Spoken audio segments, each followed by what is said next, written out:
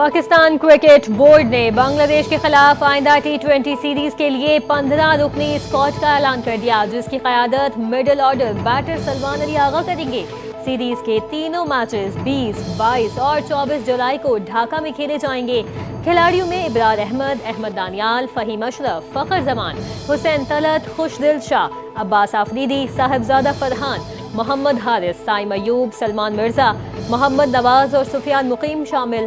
پاکستان اور بنگلہ دیش کے درمیان یہ سیریز ورلڈ کپ سے قابل کھلاڑیوں کے کمبینیشن کو جانچنے کا اہم موقع ثابت ہوگی۔ اسپورٹس جرنلزم نے پاکستان میں کھیلوں کے فروغ میں کلیدی کردار ادا کیا۔ اسپورٹس صحافیوں کے عالمی دن کے موقع پر راولپنڈی اسلام آباد اسپورٹس جرنلسٹ ایسوسی ایشن کی تقریب حلف برداری سے خطاب میں وفاقی وزیر اطلاعات عطا اللہ تارڑ نے کہا کہ اسپورٹس جرنلسٹ نوجوان کھلاڑیوں میں حوصلہ اور جذبہ پیدا کرتے ہیں۔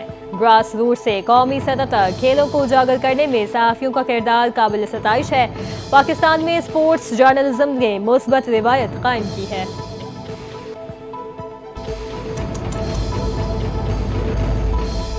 لاہور سمیت پنجاب بھر میں موسلادھار بارشوں کے پیش نظر تمام ادارے ہائی الرٹ۔ وزیر اعلیٰ پنجاب کی واسا پی ڈی ایم میں لوکل گورنمنٹ ریسکیو 1122 اور ٹریفک پولیس کو فیلڈ میں رہنے کی ہدایت۔ انتظامیہ اور واسا کے افسران کو فیلڈ میں خود نگرانی کا حکم دیا۔ وزیر اعلیٰ نے کہا کمشنرز اور ڈپٹی کمشنرز نشیبی علاقوں سے نکاسی آب کی مسلسل مانیٹرنگ کریں۔ بارش کا پانی کھڑا رہنے سے عوام کو ہونے والی دشواری کا بروقت ازالہ کیا جائے۔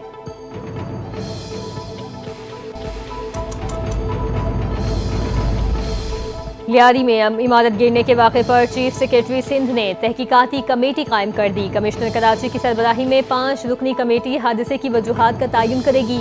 کمیٹی 48 گھنٹوں میں اپنی سفارشات اور رپورٹ پیش کرے گی۔ مستقبل میں عمارتیں گرنے سے بچاؤ کا لاہ عمل بھی تجویز کیا جائے گا۔ خطرناک عمارتوں سے شہریوں کے انخلاء کا مؤثر حل تجویز کیا جائے گا۔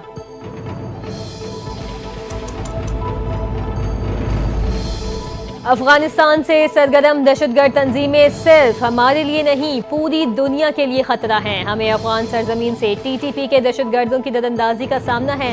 اقوام متحدہ میں پاکستان کے مستقل مندوب عاصم افتخار کا جنرل اسمبلی میں مباحثے سے خطاب۔ کہا افغانستان میں چھوڑے گئے ہتھیار پاکستان پر حملوں کے لیے استعمال ہو رہے ہیں۔ افغانستان کسی بھی ملک کے خلاف دہشت گردی کے لیے استعمال نہیں ہونا چاہیے۔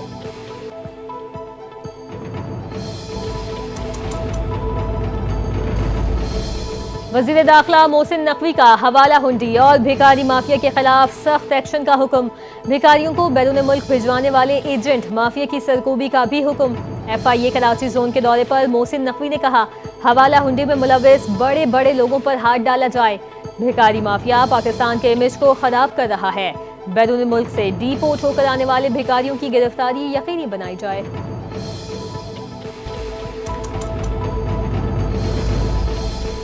بھارت ایران کی طرح افغانستان بارڈر پر بھی ویسے ہی انتظامات ہونا چاہیے۔ غیر قانونی کاروبار میں زیادہ تر افغان شہری ملوث ہیں۔ اب بھی پاکستان میں 1 سے 1.5 لاکھ افغان شہری بیٹھے ہیں۔ وزیر دفاع خواجہ آصف کی گفتگو۔ کہتے ہیں دہشت گردی کی ذمہ داری اداروں پر ڈالنا غلط بات ہے۔ علی امین گنڈا پور کے لیڈر نے دہشت گردوں کو خیبر پختونخوا میں بسایا۔ پی ٹی آئی کے اپنے لوگ علی امین گنڈا پور پر تنقید کر رہے ہیں۔ Chief justice Sindh high court justice Muhammad Junaid Ghaffar نے عہدے کا حلف اٹھا لیا۔ گورنر سندھ کامران خان ٹیسوری نے chief justice Sindh high court سے حلف لیا۔ تقریب میں ججز اور سینئر وکلاء نے شرکت کی۔ وزیر اعلیٰ سندھ مراد علی شاہ بھی حلف برداری تقریب میں شریک ہوئے۔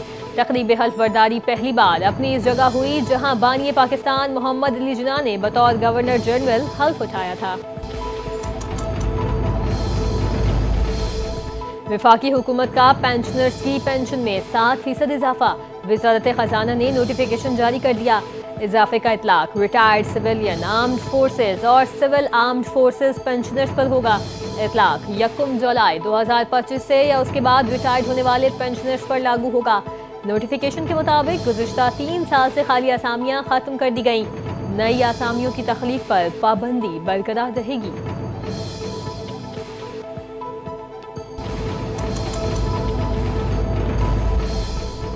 M6 موٹر وے اور نوشہر و فیروز کی تعمیر نو کے لیے سندھ نے قرض دینے کی منظوری دے دی۔ صوبائی محکمہ خزانہ سندھ کے مطابق وفاق کو 4 ارب 51 کروڑ روپے قرض دینے کی منظوری دی گئی۔ نوشہر و فیروز کے لیے وفاق کو 3 ارب 49 کروڑ 3 لاکھ 33 ہزار روپے کی منظوری دے دی گئی۔ میٹیاری کے لیے 1 ارب 11 کروڑ 15 لاکھ 70 ہزار روپے قرض کی منظوری دی گئی۔ وفاق کو فنڈز جاری کرنے کی حتمی منظوری آج سندھ کابینہ کے اجلاس میں دی جائے گی۔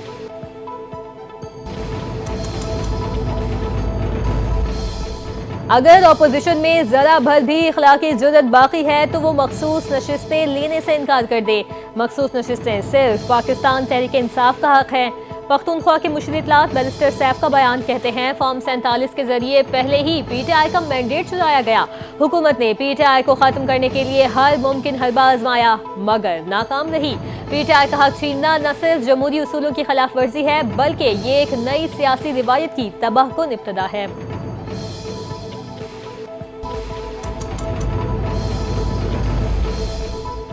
جنوبی وزیرستان لوور کی تحصیل برمل میں 1 روز کے لیے مکمل کرفیو نافذ۔ رغزئی میں بازار شام 7 بجے تک مکمل طور پر بند رہیں گے۔ ڈپٹی کمشنر محمد ناصر خان کہتے ہیں فیصلہ سیکیورٹی خدشات اور ممکنہ خطرات کے پیش نظر کیا گیا۔ کرفیو کے دوران ایمرجنسی سروسز اور اجازت یافتہ افراد کو استثناء حاصل ہوگا۔ خلاف ورزی کرنے والوں کے خلاف دفعہ 188 کے تحت سخت قانونی کارروائی کی جائے گی۔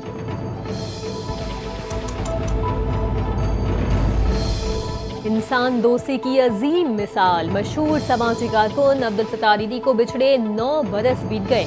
عبدالستاریدی نے انسانیت کی خدمت کا آغاز 1951 میں ڈسپنسری کے ذریعے کیا۔ زندگی کے 65 برس عیدی ادارے کے نام کر کے دکھی انسانیت کی خدمت میں گزارے۔ عبدالستاریدی نے بلا تفریق اور بلا لاس خدمت کی۔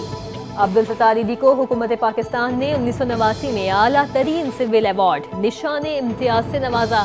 سب سے بڑی ایمبولینس سروس چلانے کا اعزاز بھی حاصل کیا۔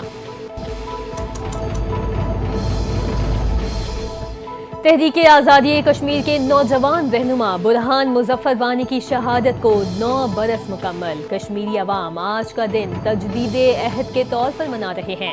مقبوضہ کشمیر میں شٹ ڈاؤن ہڑتال، مختلف علاقوں میں سیکیورٹی فورسز کی بھاری نفری تعینات۔ بھارتی فوج نے 8 جولائی 2016 کو جھڑپ میں برہان وانی کو شہید کیا تھا۔ برہان وانی آج بھی کشمیری نوجوان نسل کے ہیرو کے طور پر یاد کیے جاتے ہیں۔ برہان وانی کے یوم شہادت پر کشمیری عوام کا بھرپور خراج عقیدت۔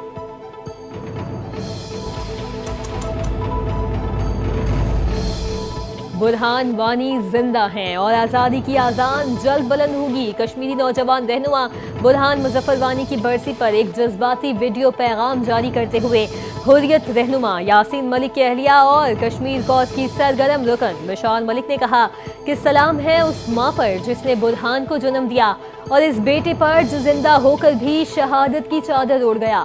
کشمیری آج بھی برہان وانی کی صدا سے گونج رہے ہیں۔ وہ مجاہد نہیں، ایک نظریہ ہے۔ آج ہر کشمیری نوجوان برہان کے قدموں کے نشان پر چل رہا ہے اور آزادی کے سفر کو جاری رکھے ہوئے ہے۔